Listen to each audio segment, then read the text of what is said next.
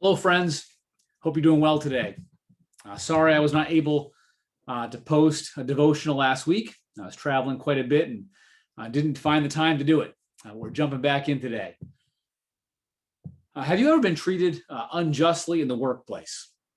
I'm guessing for many of you, the answer is yes. Injustice is quite common. My first job out of high school was working for a temporary work agency. And I worked down on the coast of New Hampshire in Newington, and I worked third shift for a few months, working in the ships, loading telephone cables into the holds of these ships. And it was pretty challenging work, especially working third shift in the winter in these ships on the ocean. And I decided my first job, I was going to do my best. I was going to work hard. And we had to work as long as the ship was in port. So sometimes it was 10, 14 days straight, and you get a couple of days off. And I never missed a day. I never caused problems. I worked hard. And the deal was at the end of a couple months period, the company would keep those who they had deemed good workers, and the rest would be laid off. Well, my goal was to be one of the workers who was kept. And at the end of a couple months, to my great surprise, the guys they kept were the guys who had not shown up for work very often, who had caused fights on the ship. And I realized this was a good old boy system that I was not part of. And I quickly learned that there can be injustice in the workplace. Some of you may have experienced those kind of things as well. Well, in today's passage, 1 Peter chapter 2, verses 18 through 25, we also come across counsel that Peter gives about injustice. And he's talking to servants and masters, or slaves and masters. Let me read the passage and we'll dive in. Servants, be subject to your masters with all respect, not only to the good and gentle, but also to the unjust. For this is a gracious thing. When mindful of God, one endures suffering while suffering unjustly. For what credit is it if when you sin and are beaten for it, you endure? But if when you do good and suffer for it and you endure, this is a gracious thing in the sight of God. For to this you have been called, because Christ also suffered for you, leaving you an example, so that you might follow in his steps. He committed no sin, neither was deceit found in his mouth. When he was reviled, he did not revile in return. When he suffered, he did not threaten, but continued entrusting himself to him who judges justly. He himself bore our sins in his body on the tree, that we might die to sin and live to righteousness. By his wounds you have been healed. You were straying like sheep, but have now returned to the shepherd and overseer of your souls.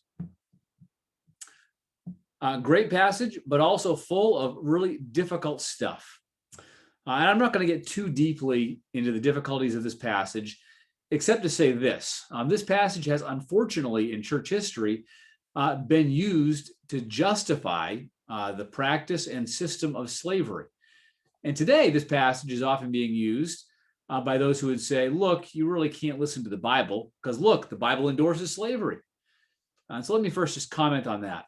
This is not God's endorsement on the system and practice of slavery.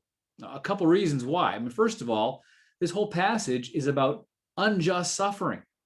He calls it unjust. The whole point is that even when a servant or a slave was to suffer unjustly, God's calling them to represent him well. So God is not endorsing the system. He's actually blessing those who are suffering unjustly.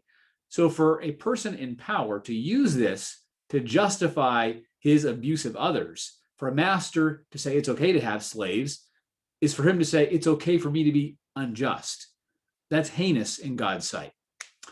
Also, this passage, the suffering of a slave or a servant under a poor master is compared to Christ's unjust suffering.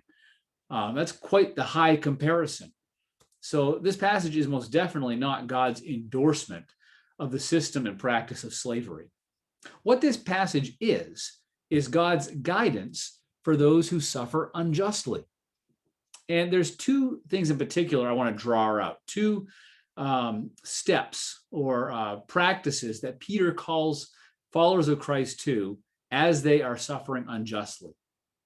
The first is he tells followers of Christ in verse 19 to be mindful of God as you are enduring unjust suffering.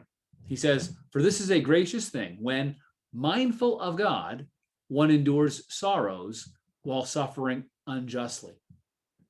See, we can go through suffering without being mindful of God, or we can go through suffering while being mindful of God.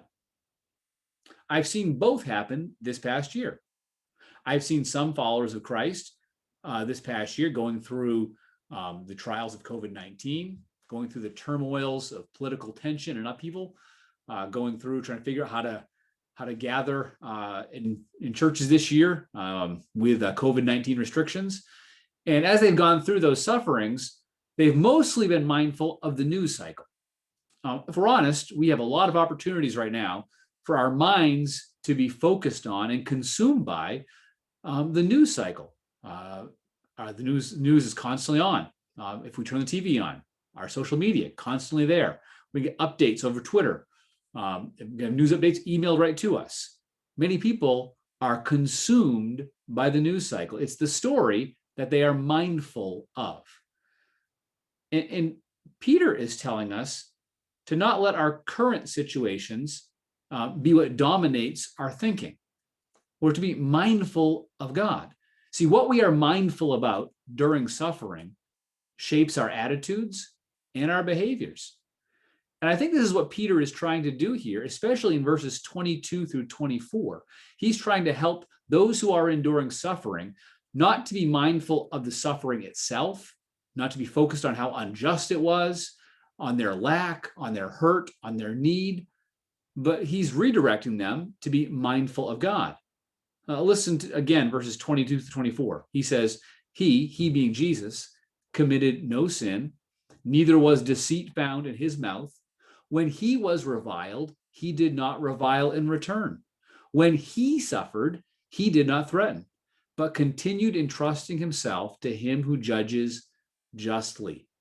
He himself bore our sin in his body on the tree, that we might die to sin and live to righteousness. By his wounds you have been healed. Instead of being mindful of the suffering that they were going through, whether it was from their neighbors who were mocking them, insulting them, ridiculing them, whether it was from their place of employment, whether it was a poor master ridiculing their faith, whether it was the Roman government, who we know very soon would even begin killing Christians. Peter is telling these Christians to be mindful of Christ's suffering, not fixated on their own. I think we need to follow this as well. Instead of making our current situations the focus of our thoughts, we should bring our situations into God's larger story, mindful of the fact that Christ has already suffered far more than we ever will, and he did it for us.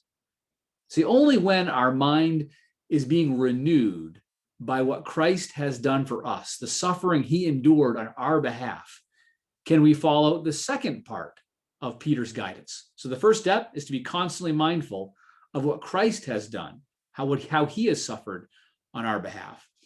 And the second step is to follow Christ's example. This is Peter's clear teaching in this passage, that we are to follow the example of Jesus and how he suffered. And let me mention three things in particular that Peter says about how Christ endured suffering. First of all, he did not retaliate to insults. When Christ was insulted, when he was mocked, and he endured mocking, he endured it through his whole ministry, but especially at the very end, as he is going to the cross, it is so terrible, not only how he suffered physically, but how people were mocking him as he was suffering on their behalf, though they did not know that. But Christ did not retaliate to those insults. He didn't trade evil for evil. He didn't respond to an insult with another one in return. And right now, this is just common in our culture. The interactions over social media about politics become so harsh, and people feel justified when they feel their perspective is correct to be able to insult those who are insulting them. And this has no place for followers of Christ. We are not to retaliate to insults. Secondly, it says he made no threats. Jesus didn't say, you're going to be sorry for doing this. One day you'll see, you're going to get it. No, there was no threats, no trying to manipulate by threatening. And that, again, is quite common for people today, to try to manipulate the outcome through threats. And that is no place for a follower of Christ. Instead, the third thing that Peter mentions is that Jesus entrusted himself to God who judges justly. He put his fate, the outcome of what was going to happen in God's hands. He knew he would endure to the point of death, and he put himself in God's hands. We must do the same. Many Christians, generations before us, many Christians around the world today, suffer unjustly, and they do not in this life experience God vindicating them. One day, he will. One day, this will all be seen. God does judge justly. And so we must entrust ourselves to God's justice.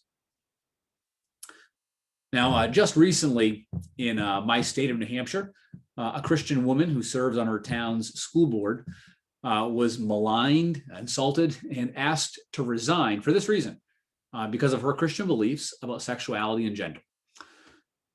This is unjust, and I'm sure it's causing her a lot of turmoil.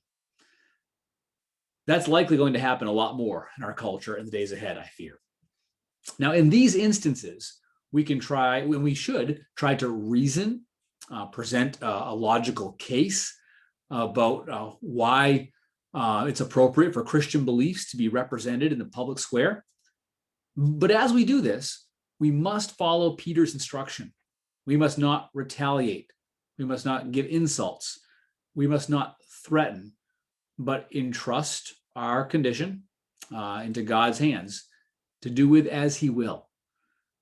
And when we do this, when we entrust ourselves to God who judges justly, we must constantly be mindful of our Savior who suffered for us when we were his enemies. You see, when followers of Christ choose not only to believe Jesus' message, but also to follow Jesus' example, there is a powerful, powerful witness when they follow Jesus' example through suffering. May God give us the grace to live this well in the season ahead. Have a great week.